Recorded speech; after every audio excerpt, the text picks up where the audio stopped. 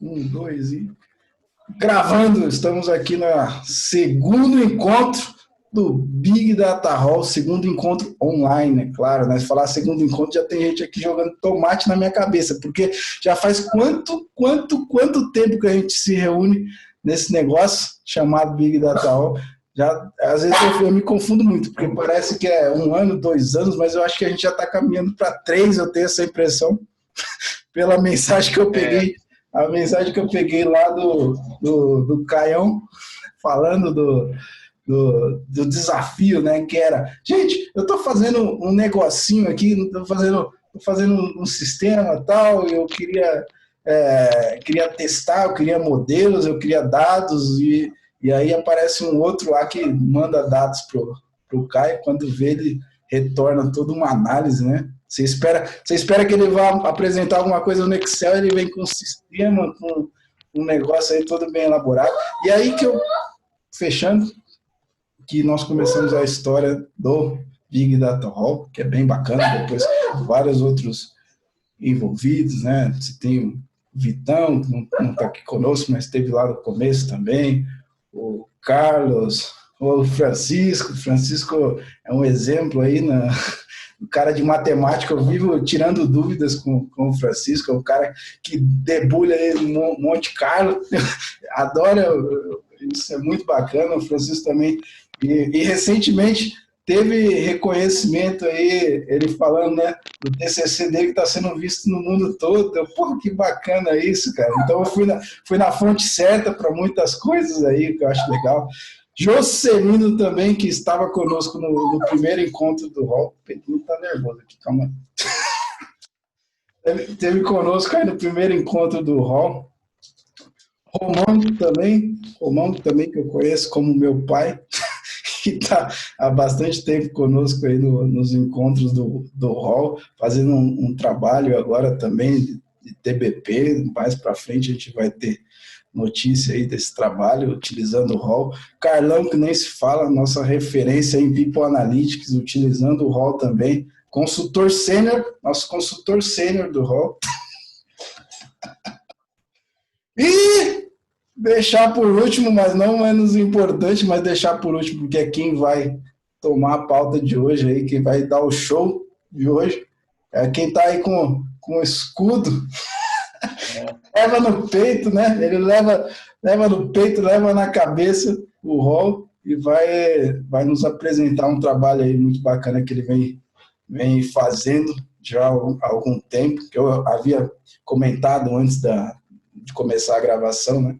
O Caio, ele já é uma referência, eu diria, não só no Brasil, mas no mundo, nos trabalhos que ele já fez, no mercado de trabalho, que é fantástico, né? Só que, por outro lado, alguns podem pensar, mas esse trabalho é mercado, né, comercial, e o acadêmico, e o teórico, e a prova de conceito disso, a prova científica disso. E aí ele me aparece com um mestrado que ele está fazendo. Um mestrado, eles falam, mestrado, mas qualquer um faz um mestrado e tal. Não, ele resolveu fazer um mestrado lá na USP, lá na Poli, na engenharia de produção, só para brincadeira ficar mais divertida, né? Porque ele nem gosta de desafio. Esse é o cara que você joga desafio para ele nem gosta, né? Então, esse é o nível, só para ter uma ideia, o nível que a gente está começando esse nosso segundo encontro do Big Data Hall, e deixo aí em suas mãos. Caião, fica à vontade, por favor. Obrigado. Isso aí. Bom estar de volta aqui entre amigos. E, bom, vou falar o quê, né? O Glauber faz uma apresentação dessa, mas é verdade, assim, eu já sempre tive esse dilema na minha cabeça há muitos anos de academia e o mercado. Eu me formei muito cedo, saí da graduação muito cedo e com relativamente as portas abertas para a academia, mas eu achava que somente na nossa área de tecnologia, acho que tinha que rodar um pouco pelo mercado, mas isso ficou sempre na minha cabeça. E daí, 20 anos depois, aí, inclusive inspirado muito pelo Hall e pela essa turma toda que o Glauber está falando, nosso time de todo mundo, esses últimos 3 anos, eu resolvi ir voltar para a academia.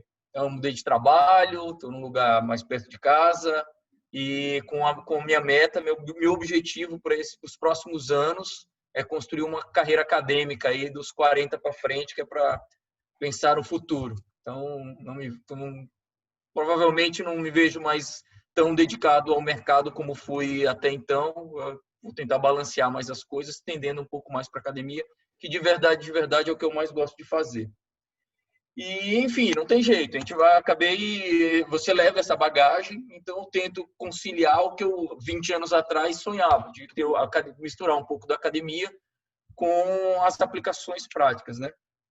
E, bom, já estou um pouquinho mais da metade do meu mestrado. Logo no início, eu fui convidado por um colega que eu conheci lá na USP, no meu grupo de pesquisa, meu orientador, a fazer parte de uma pesquisa. Eu sou pesquisador lá do IPT, na área de Machine Learning, que é a minha área de pesquisa, Machine Learning, IA, etc., que aliás é o cerne do rol.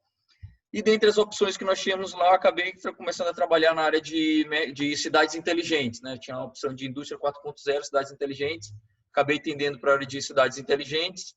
E aí, na academia, enquanto que no mercado você vai sempre abrindo a sua abrangência do seu escopo, sua área de trabalho, na academia você vai afunilando. Isso é uma das primeiras coisas que eu já percebia. Você tende sempre a ir afunilando.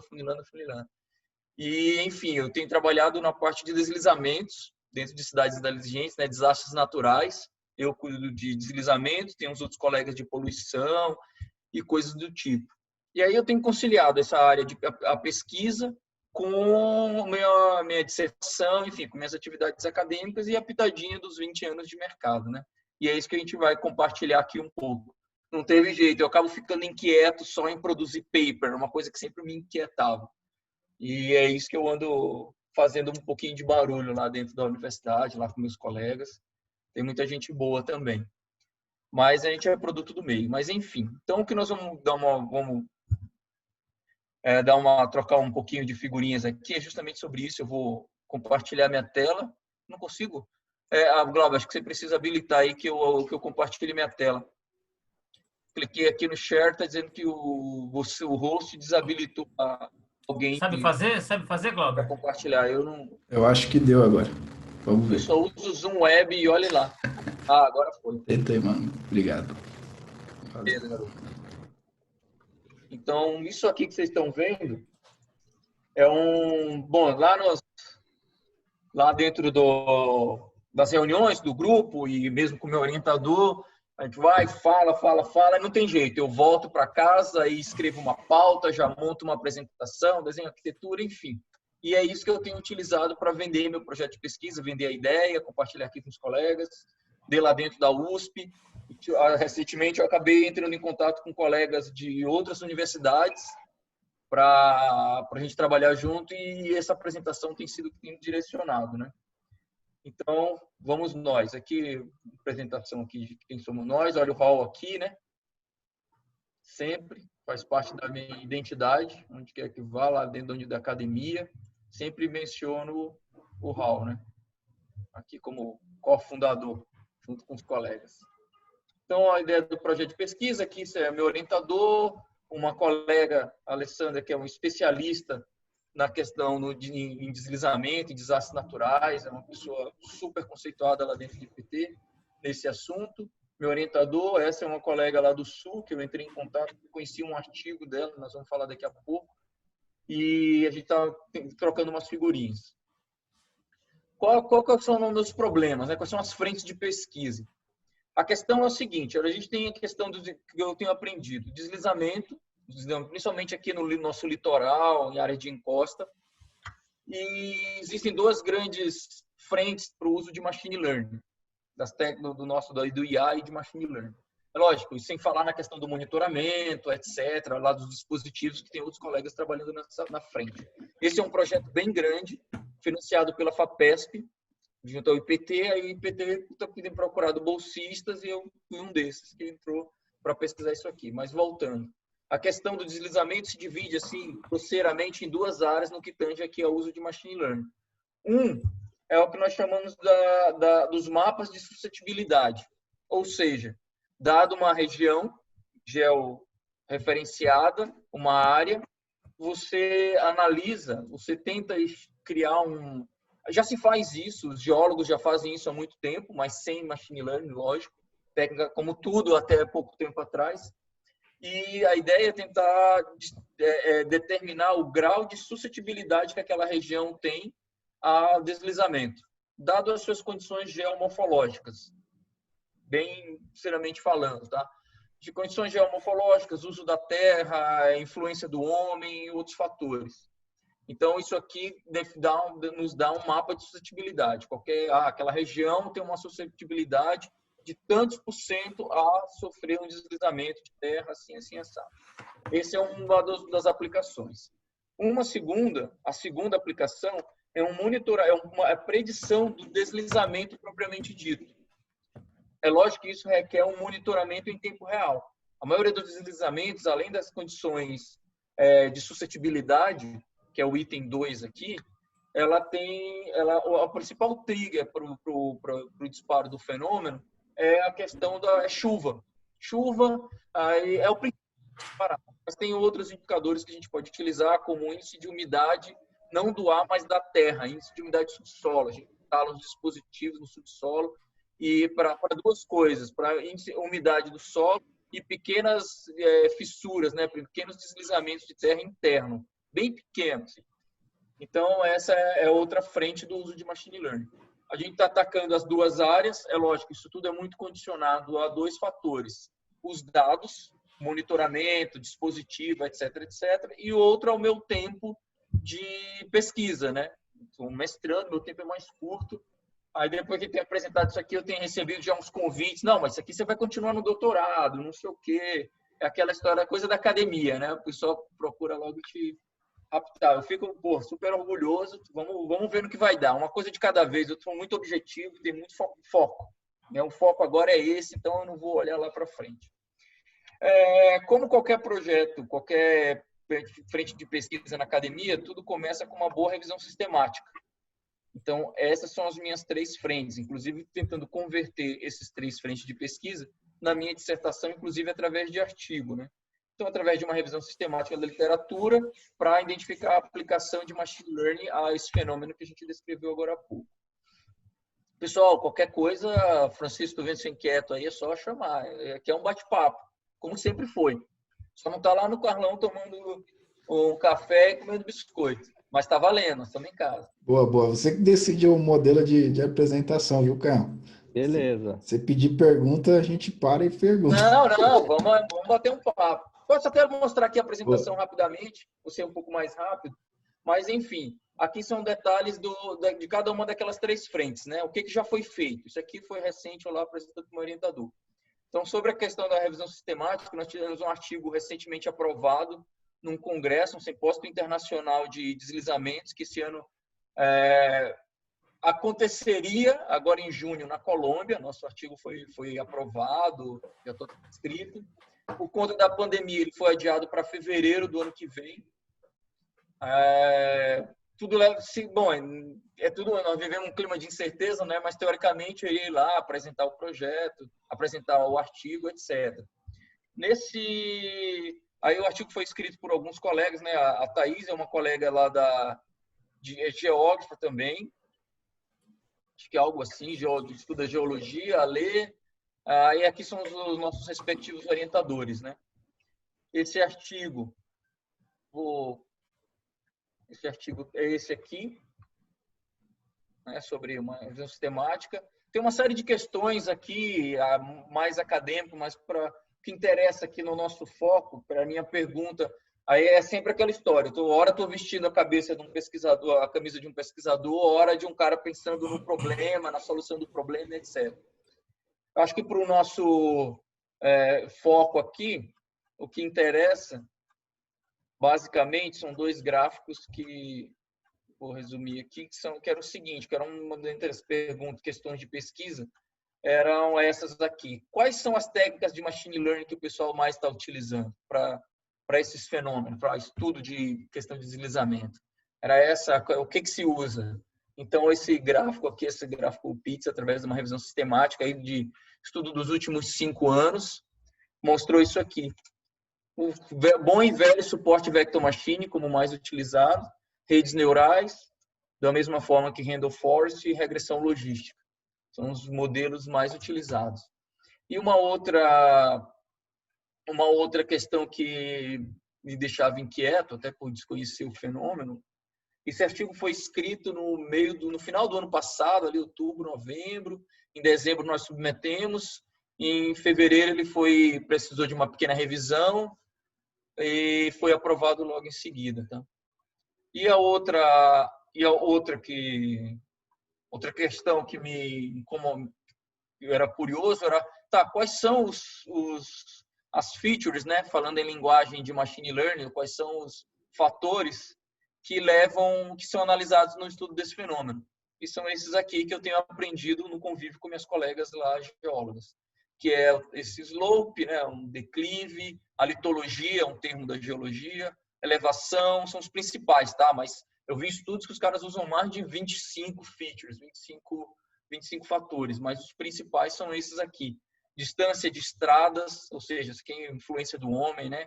O uso da terra, distância de rio, um índice topográfico de umidade, isso aqui é algo importante. A chuva, né? O índice pluviométrico são os principais. Então, a revisão sistemática converteu aqui, manda. Até aproveitar nesse ponto que você estava ali, para quem é de fora, ou para quem já tem uma noção aí de modelos, isso aí vai ser o que vai se tornar, já está ali, as features, vai se tornar os inputs para o modelo, é isso? Exatamente. Isso aqui, dependendo daquilo que você estiver estudando, no caso, a maioria aqui, como a proposta dessa revisão era machine learning e fenômeno de deslizamento, então estão as duas coisas aqui, tanto o mapa de suscetibilidade quanto a predição do deslizamento em si. Então, a maioria dos fenômenos são os inputs realmente para fazer o mapa de suscetibilidade, que vai me dizer o quão suscetível é uma região a sofrer deslizamento, e alguns outros são utilizados para predição, como, por exemplo, o índice pluviométrico, para a predição do fenômeno em si, do deslizamento em si. Nesse segundo caso, é o índice pluviométrico com uma linha do tempo, né, que eu estou fazendo monitoramento em tempo real. Ou seja, o mais conhecido aqui para nós, no nosso linguajar, uma time series, uma série temporal. Mas é exatamente isso. Série temporal, bacana. Você vai converter numa série temporal. Beleza? Beleza. Então, dando continuidade aqui, a segunda... Então, isso é o que tem sido feito. A gente está, inclusive, transformando esse artigo num artigo para uma publicação num journal de grande impacto. Comecei já a trabalhar nisso, porque a gente está conversando com o meu orientador, nós vamos tentar fazer minha dissertação não em formato de dissertação pura e simples. Tem algo que a academia está adotando recentemente, a USP adotou, com uma régua lá em cima, mas paciência, que é você publicar artigos, escrever uma dissertação, uma tese dos colegas de doutorado com artigos. Então, você não faz palavras do meu orientador. Cara, vamos falar sério. Ninguém lê dissertação e tese. Artigo se lê. E eu falei, fala isso baixo. Mas exatamente com aquilo que eu penso. É exatamente tudo que eu não gostava da academia. No final das contas, você produz algo que ninguém liga. Que são artigos. Já é um negócio que não é muito comum as pessoas estar lendo, artigo científico. Imagina uma dissertação e uma tese, né? Mas beleza, então eu estou indo por essa frente. Acho que tem mais alguns outros colegas lá, orientandos do meu orientador, o professor Mauro Espino.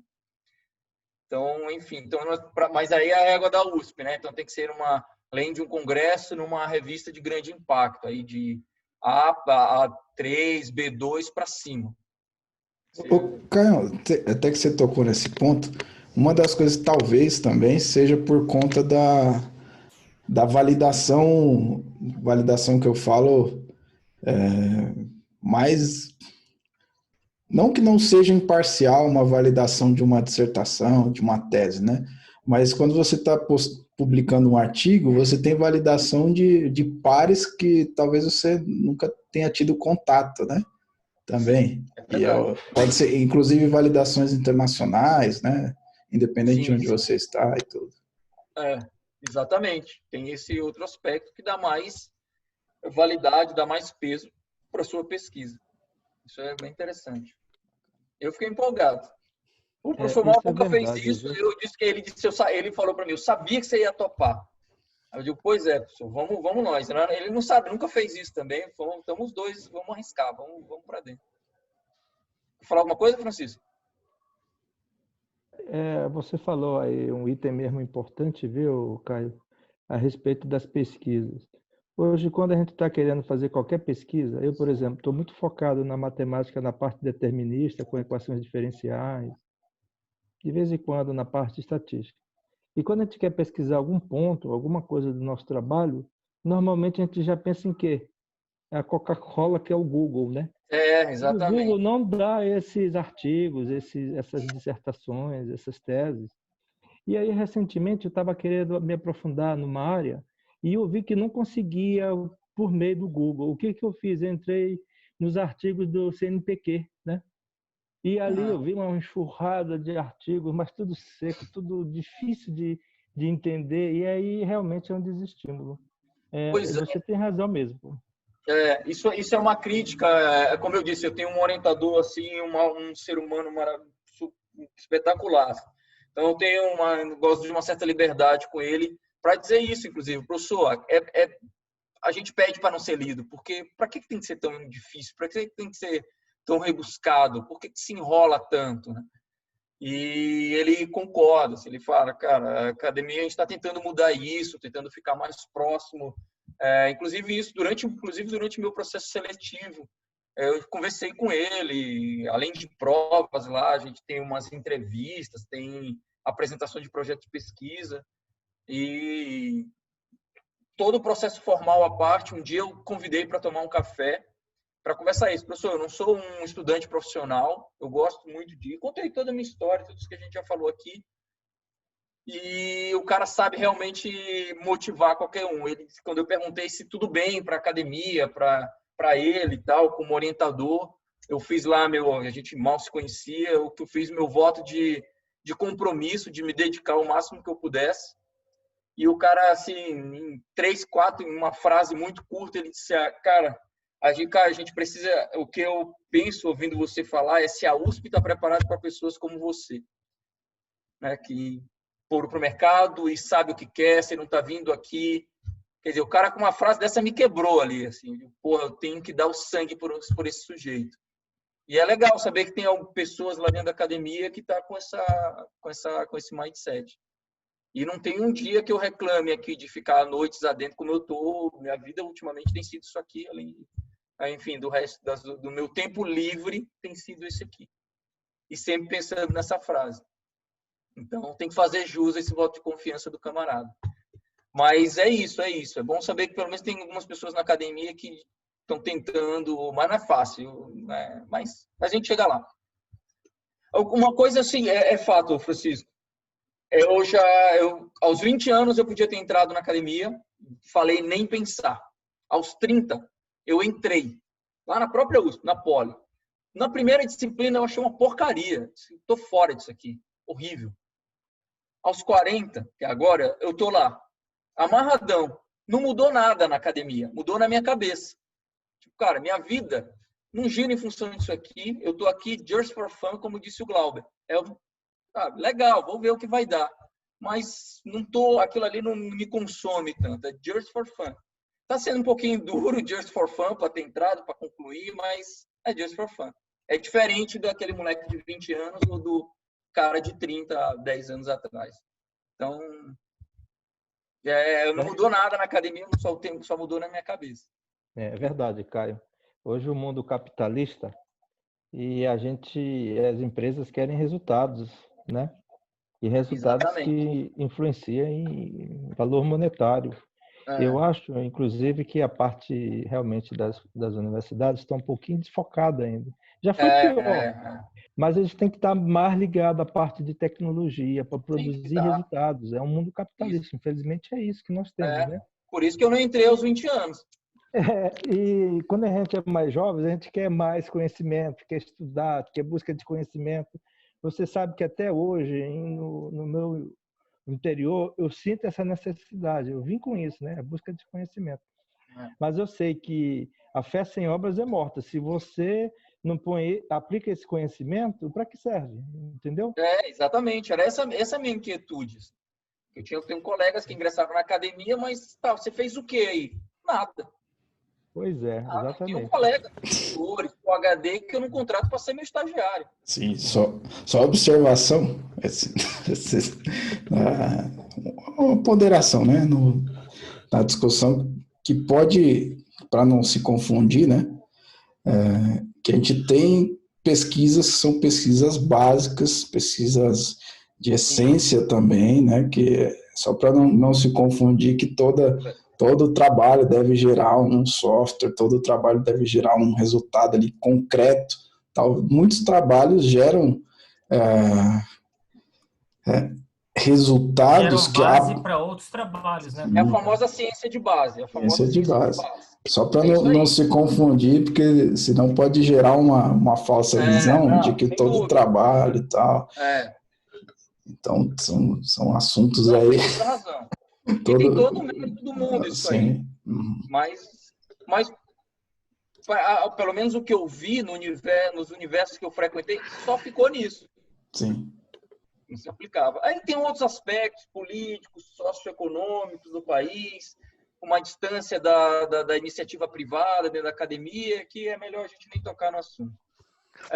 Como eu não podia mudar o mundo, eu fiz o meu. Cara, eu volto quando eu tiver do meu jeito. Boa. É só uma coisa, viu, Caio? Eu ia colocar só um parênteses. Desculpa, eu estou falando boa noite agora, porque eu entrei a primeira vez, não consegui falar, mas vamos lá. É rapidinho que eu quero só colocar uma coisa.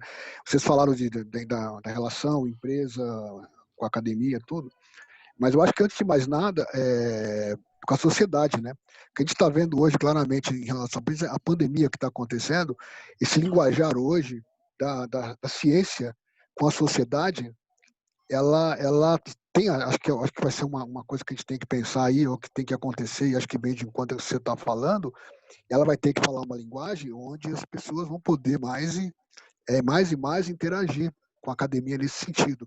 Ela sai desse como é que a gente podia chamar? Uma redoma, né? Dessa redoma, sai da redoma e vai ter que abrir. Então, esse caminho no qual vocês estão conversando aí, que eu acho que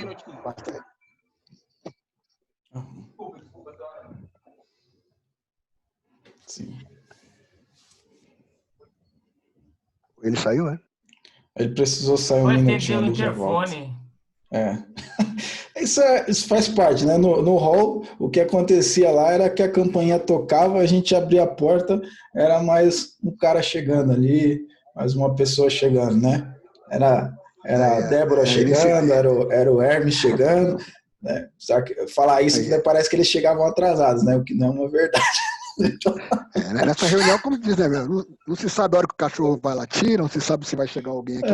Esse é o barato do encontro online também, feito de casa, né? Acho que é o mundo que vai acontecer. É o mundo que quem sabe faz ao vivo. E o mundo vai ser assim agora. Glauber, né? Você está morando aqui, né? Agora a gente está mais vizinho aqui. Estamos mais próximos. O que é bacana, agora tem um espacinho aqui para fazer a reunião legal, né? A gente consegue ter um espaço aqui. Que de vez em quando aqui eu tenho um cachorrinho aqui, né? Mas beleza. Olha lá, eu acho que trouxe pizza pra gente, vamos ver. Não, mas não é, cara. É que minha filha desceu, aí toca a campainha, o interfone, você acha que não foi nada. Mas aí você fica na cabeça, putz, a menina tá lá embaixo, pode ter acontecido alguma coisa. Sim. Ah, não é nada. Esse é o paizão Caio também. Isso aí. Isso na cabeça. Não esqueçam das suas prioridades, gente. Exatamente. Então, desculpa, seu Romão, perdão. Não, só para concluir, acho que é só essa visão. Então, que cada vez mais, acho que vai ter que se aproximar mesmo, essa visão da academia com a sociedade, é lógico que inclui as empresas também, desse linguajar ele tem. E o que está acontecendo hoje no país ou no mundo, ele tem forçado isso, né? Hoje tem que se falar uma língua para se interagir, porque o questionamento vão vir e essa questão aí dessa redoma, né? Tem que sair da redoma. Acho que esse é o caminho. É verdade, viu? Desculpa, é o Jocelino falando? Não, é o Romão, eu sou o pai Romão. do Glauber. Ah, tá. Eu vou pegar um gancho, então. É exatamente isso. Você sabe que essa é uma parte também muito que me preocupa muito, a parte social e ecológica, né? Então, as minhas pesquisas hoje, hoje eu tenho o pensamento crítico. Aqui eu tenho que escolher com muito critério aquilo que é importante, não só para mim, como para a sociedade e também para a ecologia. E as minhas pesquisas realmente estão focadas nisso. Eu acho isso aí muito importante, viu? É a gente dar uma parte do nosso conhecimento, dispor nosso conhecimento também na parte social, principalmente na parte da sociedade mais carente. E aí é o caso da pandemia, né? Que a gente pode e deve realmente ajudar. Eu só acrescentaria que não seria só os carentes, né? Acho que a sociedade em geral, né? Porque estamos num planeta aqui que todos precisamos de mais conhecimento para enfrentar os problemas que nós estamos enfrentando hoje, né? Acho que é isso que eu fico vendo. E os que virão ainda. Por aí. Hã? Os que virão, né? E que o Caio os preveja, ainda, né? por favor, Caio. E que você já comece a fazer você os preveja, por favor. Não. Vamos lá. Bom, Só uma perguntinha aqui, o que é a ANN aqui no mapa de suscetibilidade? É rede neural, Artificial Neural Network.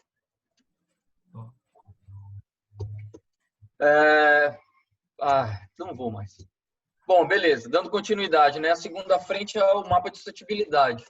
Aí, durante a revisão sistemática, dentre os tantos artigos que foram encontrados, me chamou a atenção esses 2 artigos da colega que eu falei, aqui do Rio Grande do Sul.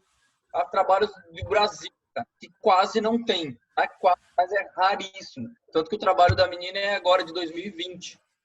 É novíssimo. É de janeiro, fevereiro de 2020. E ela construiu um mapa de suscetibilidade com dados lá de Porto Alegre e do Rio de Janeiro. No meu contexto, aí por conta disso, eu acabei entrando em contato com ela e tal, começamos a trocar umas figurinhas. E ela implementou uma rede neural, um ensemble de uma rede neural, para fazer o tal do mapa de suscetibilidade dela. Para nossa realidade, é uma das minhas opções de pesquisa, é fazer o mesmo com dados aqui do IPT, principalmente ali na região do Guarujá, Santos, que é um local que eu não sabia, acontecem coisas de 200 deslizamentos por ano aqui, né? Só aqui no litoral de São Paulo e Rio. É que ninguém fala, não se fala desse assunto. O que só se sabe quando é um desastre muito grande. Mas morre gente, um monte de pessoas ficam desabrigadas, enfim. Mas acontecem bastante. E aí a ideia, uma das possibilidades de pesquisa, séria possibilidade de pesquisa, é que, como o IPT já faz esse estudo de forma empírica, como quase tudo antes aí do machine learning, eles têm lá meia dúzia de variáveis, né, Carlão? E as pessoas super experientes analisa ali, dado essa condição, é só aquela, o mapa de suscetibilidade é X. Quer dizer, a suscetibilidade de ocorrência de deslizamento nessa região é X, nessa outra é Y e assim sucessivamente. Ou seja, depende exclusivamente, até tem uma estatística, mas é mais uma combinação de variáveis do que necessariamente uma grande inteligência artificial ou coisa do tipo. É inteligência, experiência e cabelo branco dos colegas lá. Eu conheci a oportunidade de conhecer o professor Duda. Ele já se apresenta assim, apesar de ser um senhor, uma simpatia, de cabelinho branco, assim. Meu filho, eu tô nesse negócio desde os anos 80 e etc. O cara manda muito bem, assim, é um geólogo, uma simpatia. Então, uma das opções é fazer isso aqui. A outra é a predição do fenômeno propriamente dito, ou seja, do deslizamento a partir do monitoramento.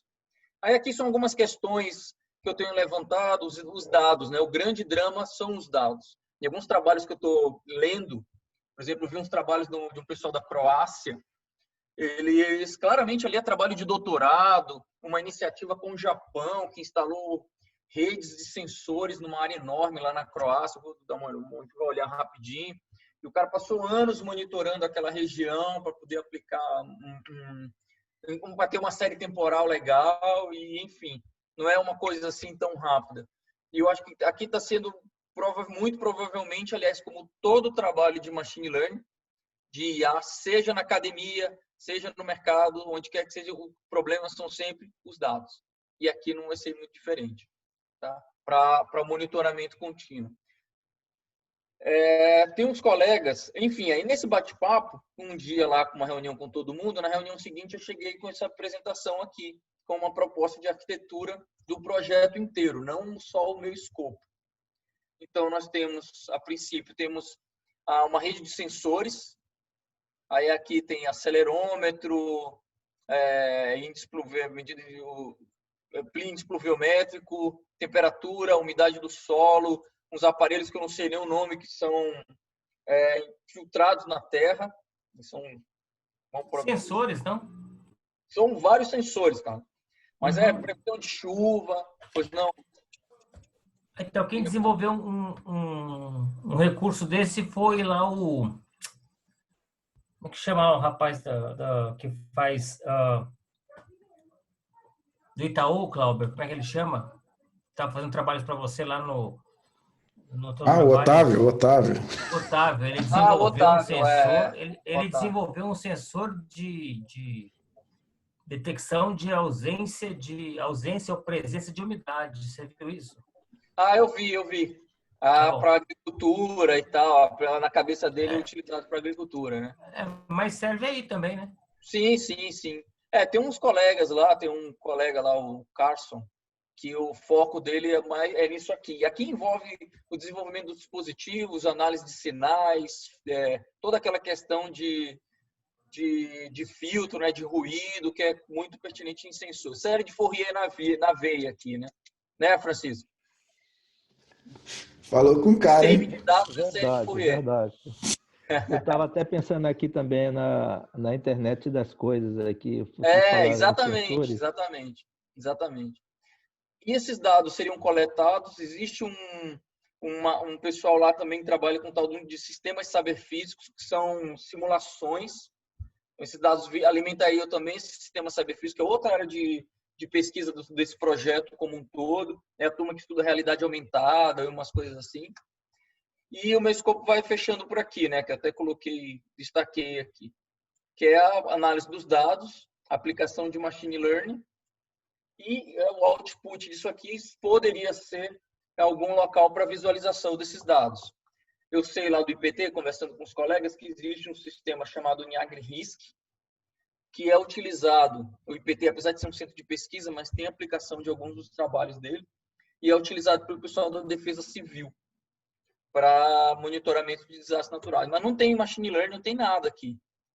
Ele monitora, mas tem índice pluviométrico que está alto quanto? Então pede alguém da Defesa Civil para ir lá, enfim, dar uma olhada, ou para registrar depois que o fenômeno aconteceu.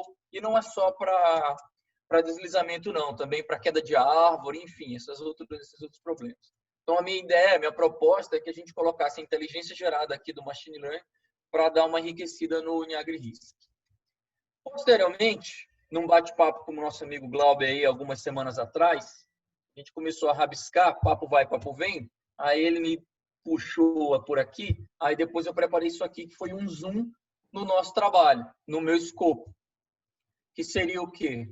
A gente ter um modelo de Machine Learning, redes neurais, pelo menos 2, dentre os mais utilizados que eu vi lá na revisão sistemática, né? Uma rede neural, Sport Vector Machine, um Random Forest, para treinar os modelos.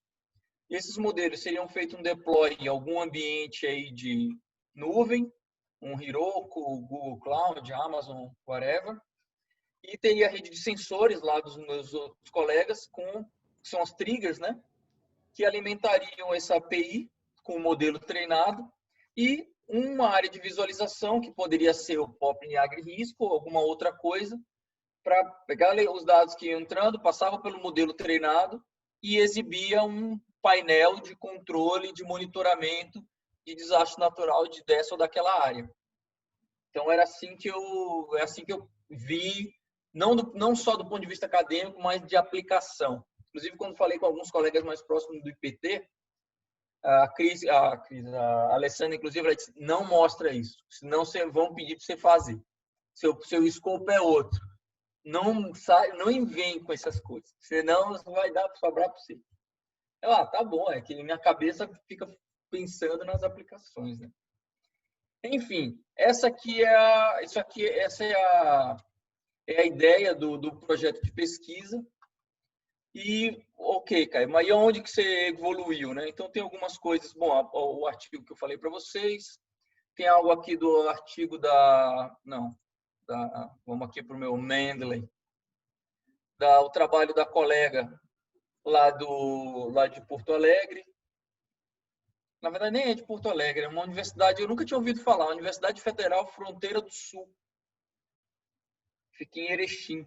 Não é federal, normalmente só se as capitais, né? Eu sei que algumas universidades públicas surgiram aí fora das capitais. Nós temos aqui a Federal do ABC, aqui em São Paulo. Tem uma Federal do Recôncavo Baiano, na Bahia, onde eu tenho muito amigo, que é professor, inclusive lá. Tem a Rural do Rio, né? Hã? A Rural do Rio também. Eu acho que é outra, né, Carlão? Que é uma faculdade, uma universidade federal que saiu, que está fora do eixo, né, das capitais. Eu acho que essa universidade aí, Fronteira do Sul, é algo que surgiu nessa mesma leva de novas universidades. E a Lucimara é de lá, essa moça aqui, Lucimara Bragagnoli. E aí esse é o trabalho dela, onde ela usa a rede neural. Enfim, utiliza 7 para fazer um mapa de suscetibilidade. Ela pegou, como eu disse, regiões de Porto Alegre e do Rio de Janeiro, os dados. Ela usa 7 features. A litologia, o uso do solo, o aspecto, a elevação. By the way, depois que eu me aproximei da moça, ela me passou, inclusive, os dados. A gente começou a conversar. Você pode me passar os dados e tal? Intrometido, né? E ela me passou. Ela pegou alguns dados de algumas regiões geográficas. Esse é o slope, o aspecto, a elevação. Não aconteceu deslizamento nessa região. Nessa teve, nessa não, nessa teve, nessa não. Dadas essas condições, né? Curvatura do solo. E assim...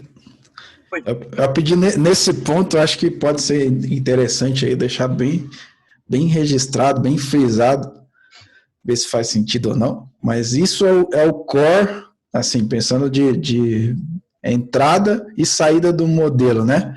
Você tem da coluna A até a coluna H, são todas entradas, é isso? Do seu modelo. Isso. E a sua coluna I é a sua coluna resposta. Isso.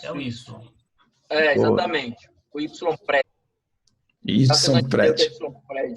Porque eu ando codificando umas coisas e o nome da variável... Já está falando na linguagem, né?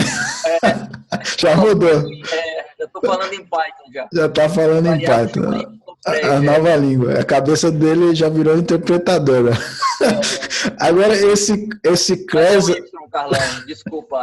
Depende do mundo, né? Depende do mundo. Cada interpretador vai ter uma anotação. Esse class aí, ele significa se teve ou não teve deslizamento, é isso? Se teve ou não teve. Beleza. Só exatamente. Isso. Então, a partir disso aqui, desses dados, eu vou desenhar um mapa de suscetibilidade daquela região. São vários, dado uma região X, razoavelmente grande, ela descreve tudo muito bem aqui no artigo. O artigo dela é esse aqui. Foi publicado numa revista conceituadíssima da área de geologia, de ciência do solo, essa que chama Catena. É uma revista, acho que é A2, com artigo muito alto. E daí isso aqui são várias são condições, né, geomorfológicas de vários trechos daquela região. E com isso ela pega a região inteira, são 100 pontos, na verdade, esse dataset consta de 100 pontos. E daí ela, através do machine learning, vê qual o grau de suscetibilidade dessa área. Tudo bonitinho aqui. São 2, né? Eu tenho um de Porto Alegre, essa área, e outra do Rio de Janeiro. Então é isso. Nós estamos falando agora um pouquinho a linguajar do machine learning, nós estamos falando de um problema de classificação, onde o meu output é um valor percentual. Essa área aí tem X% de suscetibilidade a um deslizamento. Então, ela é suscetível ao fenômeno. Invariavelmente, o que vai disparar a trigger, ou o fenômeno, ou o deslizamento, são as variáveis de trigger, que é outra coisa, aquela terceira frente, né? De monitoramento, que é chuva, deslizamento interno de solo e umidade interna do solo. Pelo menos é o que eu tenho visto na literatura. Principalmente chuva, é a questão de série temporal. Isso aqui são variáveis geomorfológicas e de uso do solo, ou seja, são variáveis estáticas do terreno. Não muda de uma hora para outra a litologia, o uso do solo, ou a elevação lá da montanha, da região. Isso não muda de uma hora para outra. Já a chuva, contínuo, né? O índice pluviométrico, a umidade, são coisas que têm uma variação num ΔT aí bem menor, se comparado com isso. Aqui precisa de alguns milhares de anos para que mude alguma dessas condições aqui geomorfológicas. Ô, Caio, tá me ouvindo? Muito bem. Ô, Caio, faz me lembrar um trabalho que há um tempo atrás, acho que já faz uns anos aí, o Carlos fez a respeito de uma ferramenta que é o PCA. O que é isso? A gente saber qual dessas características são realmente mutuamente exclusivas. Sim, sim. Na matemática, a gente chama que são vetores linearmente independentes. Porque, às vezes, por exemplo, o slope pode ter um percentual da elevação, de influência, entendeu? Aí eu vejo assim com bons olhos que a gente, se fosse possível, passar um PCA da vida, não sei se você conhece essa ferramenta. Sim, sim. Para ver se essas características, que essas variáveis de entradas, realmente são fortes o suficiente na saída, são determinantes na saída, entendeu? Sim, sim, sim. Eu acho que seria uma boa. Eu vi alguns trabalhos, o trabalho isso aqui é um drama, e aí eu conversei com ela, e é o mesmo drama que eu passo, que a gente tem tão poucos dados que o que vier está no lucro. Para lhe ser bem sincero, assim, é o que eu brinco lá no IPT com um choque de realidade. A gente fica lá buscando o estado da arte das coisas, aí uns colegas lá até me zoam, lá vem um choque de realidade. Eu digo, mas não adianta a gente ficar concebendo isso. Mas eu vi trabalho, por exemplo, eu vi alguns trabalhos, principalmente da China, que é onde tem disparado a maior quantidade desses trabalhos, aliás, de qualquer área, ultimamente, só da China, da ciência, e que os caras trabalham com 24, 30 features. Aí eu acho que o PCA até cabe, sabe? Não é? Mas com essas 7, é lógico, até dá o peso delas. Até o próprio algoritmo aqui vai dar um peso de relevância de cada uma das variáveis, mas pode se aplicar sim. Tem uma outra coisa também que eu acho PCA importante. É baseado lá nos altos valores, altos vetores. Tem uma outra coisa também, Caio, que eu acho muito importante, pessoal. É a parte, eu acho que o Richel falou isso, ele falou 4 ou 5 vezes, mas para mim são só 3 vezes. Esses são muito importantes, certo? É a veracidade dos dados. Os dados têm que ser o mais confiáveis possível. Sim, sim. O volume de dados, quanto maior, melhor, né? E a variedade, que são as colunas, que são as features. Se a gente puder ter a nossa base de dados o mais confiável possível, com o maior volume possível, que a gente sabe que na prática lá não é essas coisas, vai sempre ter outliers, aí a gente já está com uma base de dados boa para a gente passar qualquer algoritmo ou heurística aí, como redes neurais aí para uma solução aí para ela da nossa pesquisa, né? Sobre essa questão aí de 2 desses Vs, que aliás de que é a veracidade, ela utilizou uma ferramenta chamado GraphGIS, que é uma ferramenta de análise geológica. Eu não conhecia, é um software de mercado e muito usado na academia também. Não conheço, o pessoal da geologia e mais. E a fonte de dados, ela até me disse de onde foi, é de um órgão do governo e tal. Enfim, das duas uma, você põe os sensores lá, que é a proposta do projeto do IPT, da FAPESP, é que nós tenhamos nossos próprios sensores, ou você vai recorrer a alguma fonte de dados, muito provavelmente público. Conversando recentemente, estava falando a mesma coisa aqui num evento que me convidaram lá no IPT, uma colega, que eu preciso até voltar a falar com ela, não a conheci, ela estava lá assistindo o que eu estava falando, a minha palestra, ela levantou a questão de, principalmente depois do que aconteceu em Mariana, que algumas empresas públicas, seguradora, alguma coisa do tipo, pode ter esse tipo de dado, de agora em diante, né? pode estar começando a monitorar algo do tipo. Mas eu acho pouquíssimo, pô, legal, foi uma ótima sacada, mas eu acho pouco provável que uma seguradora vai fornecer esse tipo de dado para alguém. Ainda mais para alguém da academia, que está doido para escrever alguma coisa e publicar para todo mundo. Se eu fosse seguradora, eu nem falava comigo. Conflito de interesses, mas é Verdade. bem lembrado a partir dela. Verdade, verdade. Não é? Mas, enfim, então ela fez esse trabalho aqui, com esses dados, ela me passou. E, ok, isso é o que nós temos. Dos trabalhos, falando agora da questão do monitoramento contínuo, que eu tenho visto, eu fiz um resumão de alguns dos artigos que eu li, que é da questão do monitoramento, né? Então, os caras usando alguns casos, acho que está pequeno ainda, peraí. São alguns artigos, tá? Eu fiz uma tabela resumo aqui. São alguns trabalhos usando Random Forest, isso para análise só da série temporal, que é a predição do fenômeno. O cara está monitorando continuamente uma região, não é mais de mapa de suscetibilidade, não tem mais tantos fatores geomorfológicos. É mais o monitoramento mesmo, seria aquela terceira ponto da pesquisa. Então, alguns caras usam alguns trabalhos usando o Random Forest, outros utilizando uns ensembles aí de alguns algoritmos, como, por exemplo, suporte Vector Machine, mais algoritmo genético para poder fazer... Deixa eu aumentar aqui mais um pouco. Para fazer análise dos hiperparâmetros, por exemplo. Eu achei isso bem interessante, o uso de algoritmo genérico para fazer a melhor escolha dos hiperparâmetros do modelo dele. O uso de partícula de enxame, né, que é outra técnica de otimização, eu achei isso muito curioso, PCO, e assim vai. Quase todo mundo, não tem jeito, esse é um trabalho de série temporal, então alguns estudos utilizam aqui dados de movimento da Terra, como eu estava falando, movimento interno, micro fissuras, nível de água de subsolo, isso eu achei bem interessante, ou seja, não é só a precipitação, mais água acumulada, e aí precisa de sensores bem sensíveis, né, sofisticados para analisar isso. E a série temporal. Esse trabalho eu achei muito bacana, o cara pegou a série temporal de chuva e transformou em 75 variáveis, com um dado de chuva. Que variáveis são essas? Ele analisou a chuva, o nível de precipitação dos últimos 2 dias, dos últimos 15 dias, dos últimos 100 dias.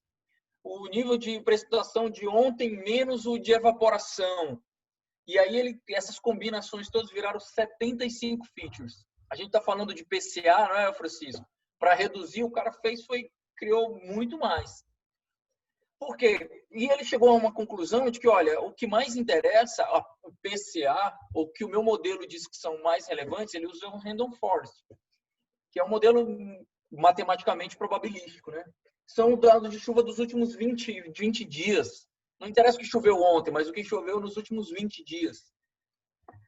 Me fez lembrar a história do Covid, né? Covid não importa um acúmulo de pessoas ontem. A gente vai ver o reflexo disso daqui a 15 dias. Por exemplo, se a gente estiver analisando esse tipo de variável para prever a quantidade de infectados hoje. Não é o que aconteceu ontem, mas o que aconteceu nos últimos X dias. Nessa pesquisa aí de séries temporais, Caio, foi levado em conta a sazonalidade também? Há sazonalidade nessa pesquisa? Foi. Ele coloca o que ele chama aqui, ele põe dois parâmetros, que é índice climatológico, que são as estações do ano, e outro que é o mês. Então, o que é isso? E aí, respondendo a sua pergunta de sazonalidade. Isso é numa região da Croácia que tem, por características, o verão muito quente. Logo, o índice de evaporação é alto e durante a chuva neva. Durante o inverno neva. Então, ele tem tem 2 extremos, né? Muito calor e muito frio. Então, numa análise de uma série temporal de 1 ano, dos ciclos de 1 ano, tem essa sazonalidade, por conta dos meses e influência das estações do ano. Se isso é feito ali na linha do Equador, que é a mesma coisa o ano inteiro, não é relevante. Mas nessa região é. Se é feito ali no Maranhão da vida, no Pará, no Amazonas, que é o ano, os dias são iguais o ano inteiro, chuva é a mesma coisa, está sempre quente ou mais quente, então não vai ter muita influência, mas nesse caso ele considera assim a sazonalidade. Aliás, em todos os trabalhos que eu tenho lido, eles põem de uma forma ou de outra, põem alguma variável de sazonalidade.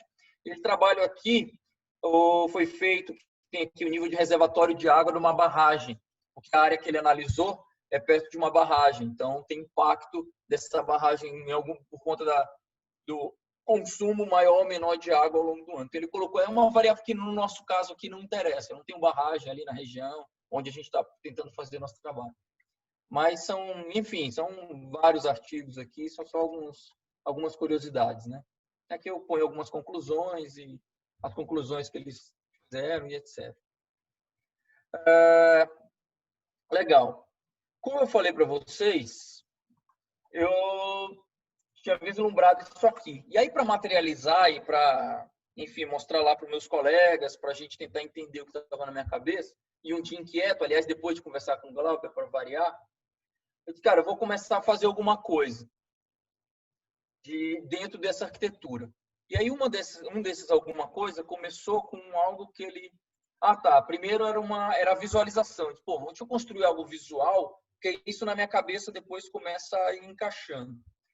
E esse algo visual é isso aqui. Eu comecei a montar um simulador daquilo que eu entendia como aquele painel que o Carlos acho que até comentou aí agora há pouco. Deixa eu mostrar aqui para vocês, não é aqui do mestrado, não é isso aqui. Tá aqui. Eu ia brincar.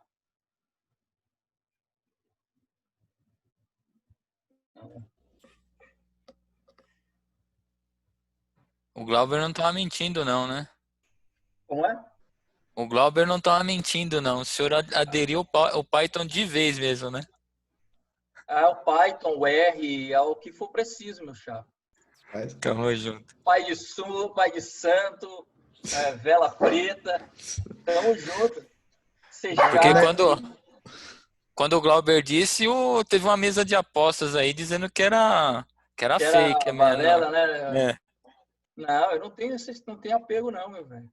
Tem que explicar a piada aí para quem estiver vendo, né? Porque o Caio, ele é um cara que foi lá no topo do C Sharp, Microsoft na veia e tal, e continua sendo top aí. Só que aí o pessoal ficava aparecendo lá no hall com Python, né, com R, e ficava questionando, cara, mas o negócio é Python, daí, mas por que Python? É porque lá é mais rápido. Aí ele vai e debulha o negócio no C Sharp, constrói o algoritmo do zero, sem usar a biblioteca, mostra por A mais B, cadê a performance? Faz aí, deixa eu ver se eu não consigo fazer aqui. Aí, ó. Demora pra caramba, o hall já teria aberto aí, ó, que bom. Enfim, isso aqui ainda deu erro ali, então, não? Hã? Não? Como é, Juscelino? Não, você tá rodando servidor interno, né? Na minha máquina. Servidor local. Não, aí é demais, né? Você quer usar Colab, esses negócios. Não, isso tá de sacanagem. Aí mesmo é que eu não sei nada do que tá acontecendo. Só uma coisa, né, Caio? Você pega, mas não se apega, é isso? Pego, mas não me apego. É isso aí. Bom, enfim, aí eu fiz um rabisco aqui, galera, de um dashboard, da visualização, que era para mostrar, para a gente conversar com os colegas lá assim que eu vejo a solução. Aí eu rabisco esse treco aqui. O que esse cara faz? A ideia aqui, eu tenho um painel, é exatamente isso. Ó. É um painel que está recebendo dados em tempo real, passa os dados por um modelo de machine learning que o feito deploy em algum lugar, um modelo treinado já, e me retorna o grau o percentual de risco de acontecer um deslizamento numa série temporal. Essa é a ideia. Aí, para brincar com isso, eu peguei uns dados cadê eles? Não é esse. Mestrado, dashboard, data.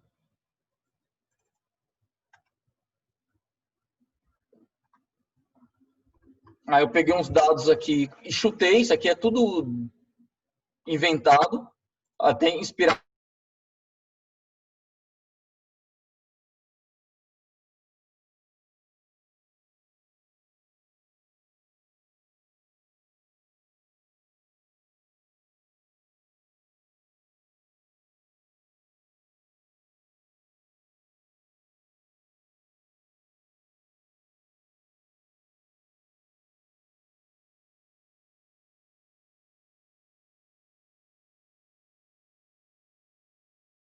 Só quero me humilhar. Eu estou aprendendo ainda. Minha preocupação nesse momento era fazer o dashboard. Mas é uma boa sugestão. Tem um pronto aqui, o algoritmo Monte Carlo em Python. Te empresto. Tá bom. Boa. Mas a ideia Não, aqui tô só enchendo o saco. Não, imagina. Tenho mesmo. Cara, qualquer dia desse nós vamos falar sobre um artigo que... Até conversei com os meninos sobre o R, um artigo sobre Benfo, que nós fizemos lá com Carlos e Glauber, do Bolsa Família. Foi feito um artigo, eu submeti para um journal, e para não passar o rol, eu fiz em R. E ok, usei uma biblioteca, e tudo bem. Tamo junto, eu fiz também, cara. Né? Fiz em R, fiz em Python sem biblioteca e no R com biblioteca. Tem uma biblioteca, inclusive de um brasileiro muito legal. Mas, enfim, voltando aqui para a gente não se alongar. Mas a ideia aqui é que nós tenhamos as variáveis, né, lida lá daquele Excel, sendo monitorada. Aqui identifica os outliers com aquela regra boba lá dos quartis. E, teoricamente, passa por algum lugar. Aqui ele vai dizendo qual é qual é a variável, qual é a feature de maior relevância naquele momento para o machine learning, seja ele qual for, o SVM. E aqui vai me dizendo o percentual de risco, né? 69%, 70%, blá, blá, blá, blá. Então, no primeiro momento, a ideia... e aqui mostra uma distribuição, né? Qual a distribuição dessa variável? Aqui é só mais detalhes. Eu estou vendo o slope. Você clicar aqui, vai para elevação, aspecto, litologia e sucessivamente. Beleza. Tudo começou assim. Aí, um belo dia, conversando com o Glauber, para variar, ele me mostrou esse artigo. Ele pegou um artigo falando sobre XGBoost, não era, Glauber?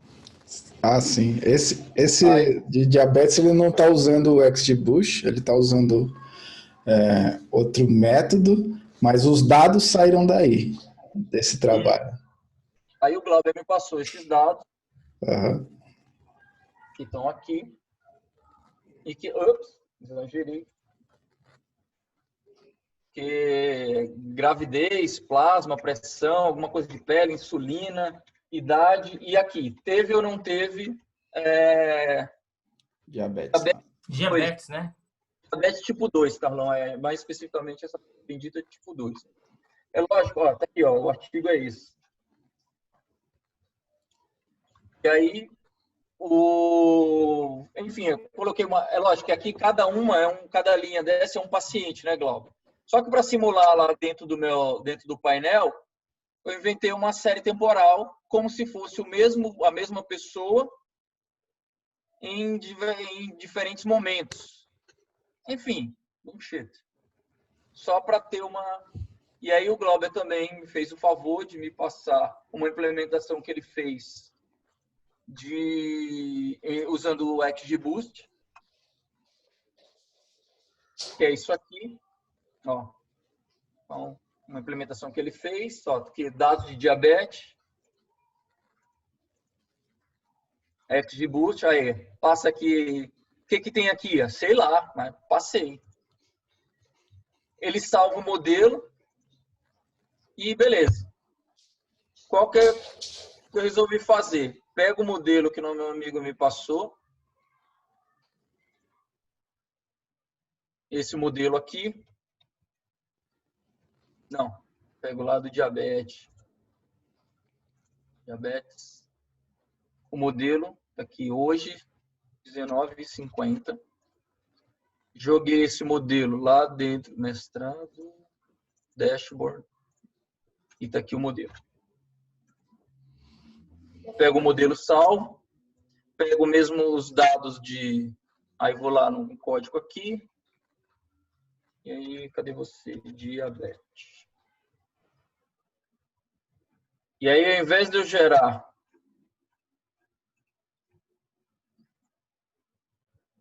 Aí, ao invés de pegar aquele dado, aquele Excel estático, eu vou utilizar o arquivo de diabetes do S como input. E ao invés de gerar dados aleatórios para minha saída lá do Gauge, que é esse random aqui, vou começar a fazer uma predição de diabetes, que faz o quê? Carrega o modelo que foi salvo lá no outro algoritmo treinado. Eu estou simplesmente emulando essa brincadeira aqui. Está aqui o algoritmo treinado. Fiz o deploy do modelo treinado em algum lugar, no caso, minha própria máquina. Simulei o input dos dados com o Excel que o Glauber me forneceu. Aliás, o algoritmo e os dados que o Glauber me passou, eu só estou encaixando ele aqui. Foi esse o papo que eu digo, putz, deu uma ideia. E foi isso. Então, o que ele faz? Carrega o modelo e, ao invés de utilizar os dados... e para brincar um pouco, esse era um teste que eu estava fazendo. Eu comecei a gerar a idade, só para zoar. Leio do Excel, mas a idade eu brinco. Eu fico gerando um randômico entre 21 e 81 anos. E, se nada der errado... Eita, cuidado para carregar agora, que essa hora... É a hora que dá pau, né? Não, e é a hora que muita gente vai escorrer uma lágrima aí quando carregar, porque você fez um trabalho desde o comecinho lá, mostrou a construção. Haja emoção agora, hein? Haja emoção. Tá aqui, carregou. Top. Aí o Dash, já leu lá o Excel do Glauber, tá pegando aqui, gravidez, plasma, etc. E é a mesma coisa. Olha o nível do dashboard de quem está começando. Esse é só o rascunho, né? Aí tem um start aqui, aí só que agora ele vai lendo a partir da 51ª linha, né? E aí tá jogando, só que agora esse número não é chute, esse número tá passando pelo modelo treinado e tá me dando um percentual. 79%, 80% e assim sucessivamente. De cada paciente, né? De cada paciente, Carlão, exatamente, Bruno. É isso aqui, ó. Boa, hein, cara? Porra, animal, hein, velho? O 51º, é isso aqui, ó. O 58º. Aí os dados são esses, aí eu tô tentando prever esse 0,1 aqui. Só que eu não estou colocando 0,1, eu estou colocando um percentual. Aí foi uma analogia com o tal de mapa de suscetibilidade, que é aquilo que eu estava conversando agora há pouco. Esse é o momento, gente, que se fosse ao vivo a apresentação, aí todo mundo ia parar, né? Ia impressionar, ia bater pau. Francisco, for you. Isso aqui, ó, é o peso que o XGBoost dá para cada variável. Ele não dá lá na equação que ele gera no final? Feature importância, não é isso que chama? Exatamente, Carlão. Então, a feature importância para cada um que está passando é o que está aqui. Aí eu fiz um frufru aqui, que fica vermelhinho maior. Aí é frescura, é só enfeite. Então, você está falando que até aquela parte lá que você tinha comentado, que talvez não fosse, nesse momento, tão importante aplicar estudo, até pela quantidade de variáveis que você tem, aí no fim, você lembrou que aplica e faz já faz. Bacana. Então, você errou ao pensar que está errado aí. Brincadeira. Aí aqui você clica e ele vai mostrando, por exemplo, quero ver esse negócio aqui de insulina.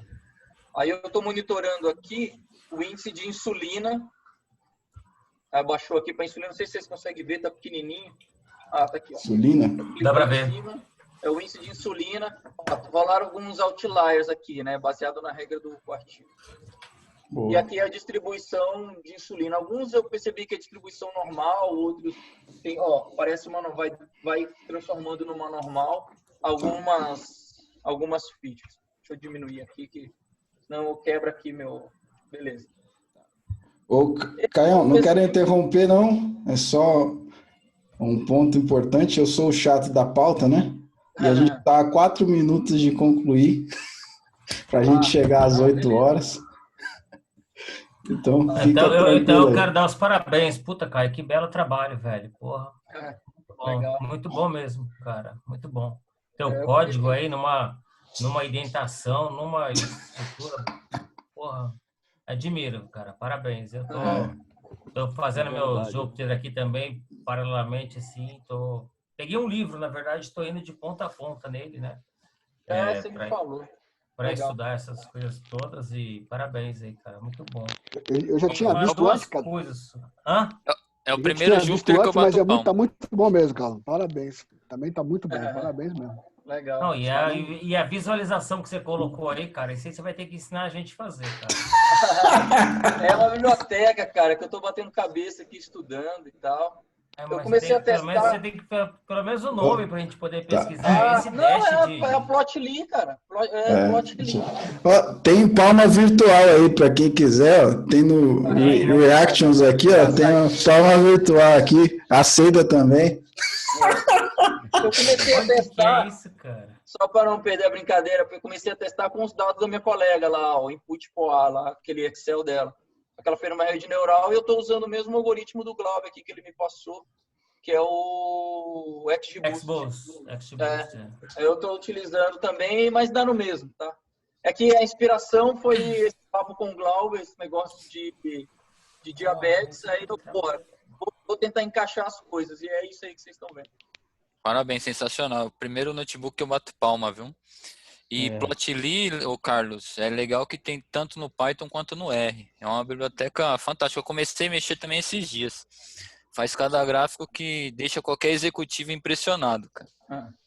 Não, cara, uma coisa que eu tenho a parte de gráficos, eu estudei o Matplotlib e tal, não sei o quê, mas em forma de dash, assim, do jeito que o Caio trouxe aí, meu, isso foi... Então, você não precisa deixar o Matplotlib de lado, né? Que na verdade o que o Plotly faz, ele transforma num gráfico dinâmico, interativo, né? Essa é a minha dificuldade. Cara, assim, vocês ficam me zoando com esse negócio de Python, R. Eu acho que elas são bibliotecas interessantes e tal. Agora você vai começar a pesquisar, e aí é uma máxima que eu tenho para tudo. Eu estava até conversando com o Carlão esses dias. Você vai olhar, tem 1 bilhão de coisas. É um discurso que vira e mexe eu tenho lá no hall. Mas tem isso, tem aquilo. Eu digo, cara, o que você sabe? Não enche meu saco. Escolhe 1, 2, e tudo essa bosta, velho. Sim. Vai resolver a tua vida, cara. Não tem o melhor, tem aquele que você sabe. Pelo menos é a minha filosofia, assim. Então não adianta. É como o colega, o Francisco muito me putz, é um Monte Carlo e tal. Não dá para simular isso melhor. Não, meu objetivo é tentar jogar um machine learning aqui. Então não vou simular, é legal. Eu de vez em quando dou uma olhada lá, mas eu quero tentar já pegar aquilo mais próximo da minha realidade. Você está deixando de conhecer um negócio. Mas se eu tentar conhecer tudo, eu não vou conhecer nada. Não, é verdade. É verdade. A cabeça é essa, assim. É a mesma coisa para antes que eu sei que já está na hora aí, mas eu não posso deixar de falar. Eu trabalho na Caixa, né? Então eu participo de muitas reuniões e é muito forte essa parte aí de machine learning. Hoje, por exemplo, o gerente falou que ia pagar cursos para alguns colegas aí nessa área, né? E aí eu até fiquei espantado, porque é 15 mil reais para cada pessoa. Imagine um curso de 15, 20 pessoas. Então, realmente, essa área aí eu entendo que seja muito nobre, a parte de machine learning. E com essas heurísticas, todas essas heurísticas que a gente aprende. Mas, assim, na minha cabeça também, a nossa caixa de ferramentas não pode ser todas as heurísticas. A gente tem que ser bom e forte em algumas que resolvam a grande maioria dos problemas que vêm até nós. Não é isso? Eu penso assim. Eu tenho uma dúvida antes, mas outra coisa também, viu, Caio? A saída, você falou 0,1, mas pelo que eu entendi vai ser percentual, que isso eu acho que é o mais interessante, não é não? Na verdade, esse tipo de algoritmo, a própria rede neural, ela te dá, na verdade, você arredonda, né? Você cria um threshold.